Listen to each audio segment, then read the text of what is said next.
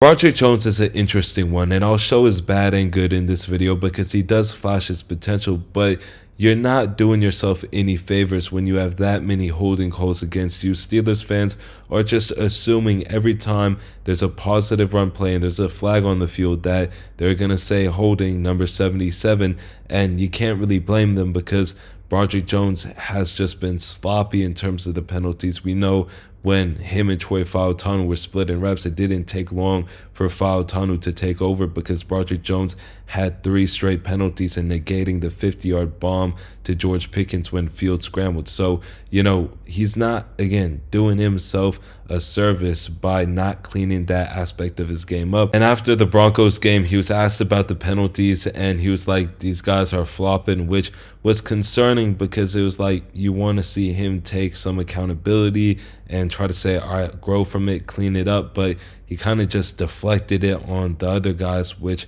doesn't really show any type of growth mindset. But the Steelers now, they're in a position where you don't want to see Spencer Anderson as a right tackle. Trust me, you don't. He's not better than Broderick Jones, and this is just the growing pains of Broderick Jones's development. He's not even supposed to be a right tackle, and he's only 23 years old. So with certain guys, they take a little longer to develop. Garrett Bowles had so many penalties, and then he switched it around and got that big contract. So I believe Broderick Jones will actually be a good player at one point in time. Like, I know it sounds crazy with how he's playing right now, but I do think that he'll be a quality player if he can just fix his footwork, because his feet just stop moving at times and people go right past him. He's super athletic, and if he just had some better footwork, some better technique, this dude's going to be a monster, but that's going to take time. He was raw coming out of Georgia. He had a solid first year, but the position not being changed back to left tackle, that might have hurt him.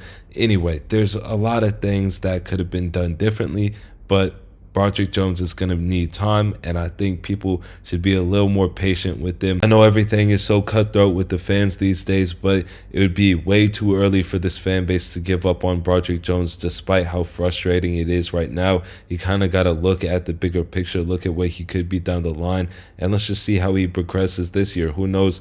Versus the Browns, he could have a game like how he did versus the Commanders, and that was only a week ago. So again, there's still lots of potential with Broderick Jones, and I don't think there's any need to panic. But let me know what you guys think about Jones. Hopefully you all enjoyed this video. That is it for me on this one. Peace.